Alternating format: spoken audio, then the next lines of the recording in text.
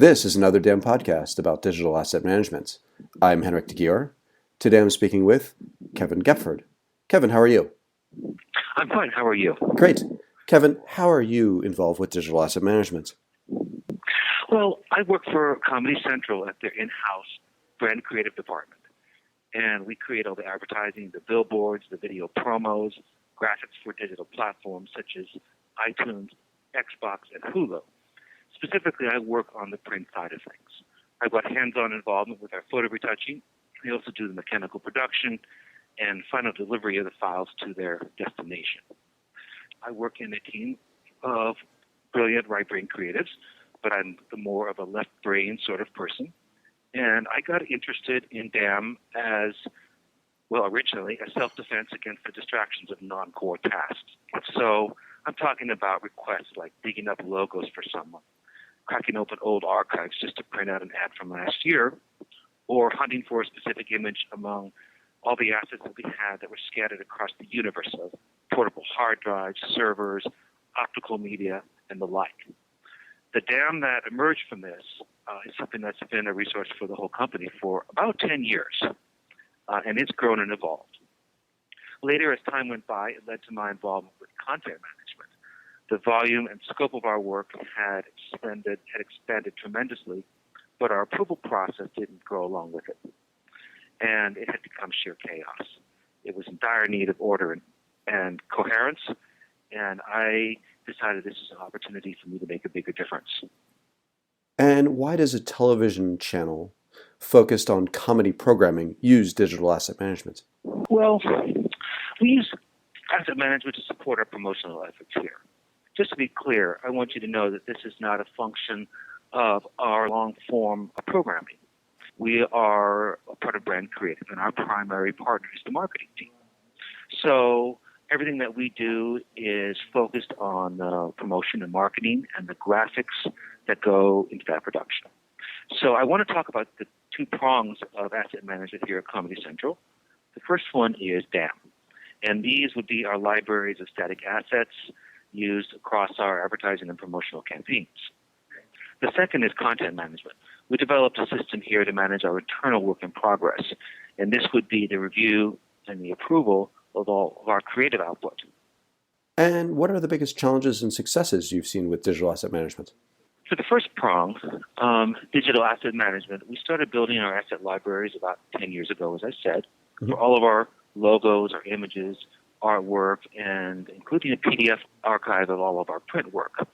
That's been updated over time, not only the assets, but the back end, but it still performs its original mission for the most part. As far as challenges are concerned, I would say the first challenge is getting it off the ground. We obviously needed corporate resources so we can invest in the system and then operate it on an ongoing basis. After that, it took a lot of work to prepare the assets. So that's the first step, I think, for any system that's going from nothing to something. You've got to organize, you need to upload, you need to keyword all the assets. After that, we have the ongoing challenge of keeping it up to date.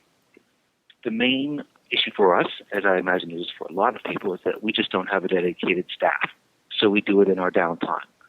Even though we ourselves are dedicated to it, there's often a lag between when an asset gets created and when it goes up to the library. So, for instance, if we do an entire ad campaign, the last thing we do before we archive it, all the source files, is we make PDFs and put them in our asset library. So there's a lag, depending on the scope of the campaign and how long it's taking. After that, I would say probably the biggest challenge was just getting everybody on board. And this took training. This took patience. People have been used to coming to my team directly to just ask us for anything. And once we got this up and running, we would remind them to check the asset library first. Okay. And so sometimes the thing they wanted wasn't there, or it hadn't been keyworded, or it just didn't exist. So part of the training process was we'd fix the problem, upload the asset, and then make them go back and look again. So this really went a long way to building good habits. Nowadays, people will come to me and they'll say, I already searched the library, but I couldn't find what I was looking for. And that's really music to my ears. As far as successes are concerned, there's a funny little story. A little while back, I was talking to my assistant, and I asked him, does anybody even use this system that we put all this work into? I mean, why do we even bother? Mm-hmm. And he answered my question with a question. He asked, well, when's the last time anyone came and asked you for a logo? Mm-hmm. The system is just working. Mm-hmm. And almost prophetically, the system went down a few days later. And within about 30 minutes, I'd heard from about a half dozen people. And that's when I knew it had really become an essential resource for Comedy Central. The second prong of asset management that I want to talk about is content management. I really enjoy talking about this because it really is such an interesting project, and it's made a profound difference in how we work. And I think it really shows a path forward for our field as we imagine our future and try to be more creative about how to make a difference. Our content management system is kind of like asset management on steroids. It's active, it's alive, and this has become the centerpiece where anyone can instantly see everything that we were doing in real time by visiting the site. Our content management system is a tool that we use basically to manage our work in progress. And it has a longer name nobody uses. We call it the Creative Review and Approval System. It is, from the standpoint of most of our users, it's a web-based application. It lives in the cloud, Mm-hmm. and it's used to coordinate the efforts of all of our design teams. The graphic designers, the web designers, the animators, they upload their work for review and approval, and they can also get comments and updates from their team members. A great example of our workflow prior to this would be how we made web banner ads. This is going back maybe 4 years. So the team for building web banner ads would be a developer on one end, marketing department on the other, and in between you'd have project managers, designers, and one or two or more creative directors. So the number of individually posted files and updates and the number of emails about them just to get one ad approved was insane. All the comments had been buried in these like enormous email chains. There was no way to really visually track an ad's progress. And then when the first ad was finally approved after 20 rounds, well, then we had 24 more to go. And there was almost no way to really compare the ads to ensure consistency. So what we built was a content management system to fix the process. And over time, we expanded and rebuilt it so it would service not only the web banner ads, but it would also serve the entire brand creative department, and it would be able to handle video clips, dynamic web banner ads, and basically any kind of static asset. So now, all from one place, our users can do a number of common tasks. They can upload files, update it with new versions. They can email their team members. They can view and leave comments. Their managers can review, approve, and reject things. They can create lightboxes they can share with anybody. Then they can take anything that's in the system and pretty much share it with anybody else with just a couple of clicks. And for the last piece, they can see the entire campaign with just a click. It's an automatic slideshow for anyone that wants to review the entire campaign or for any normal user who wants to just take a look and see what other departments are doing. Mm-hmm. So the magic part, though, is when a campaign is archived, it becomes a searchable library of our completed work.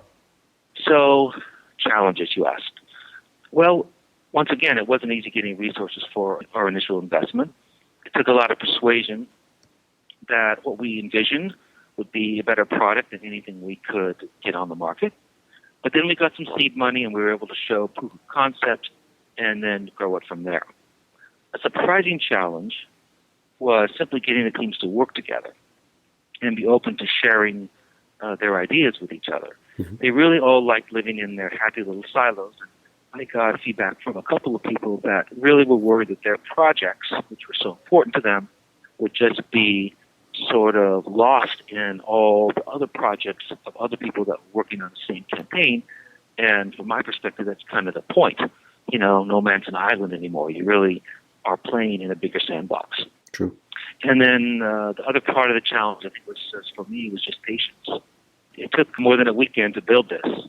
And I would say that it was the fruit of many months of development and testing. And we're still getting comments and feedback. And I got some comments just this week that we intend to work on to sort of improve the functionality of our light boxes.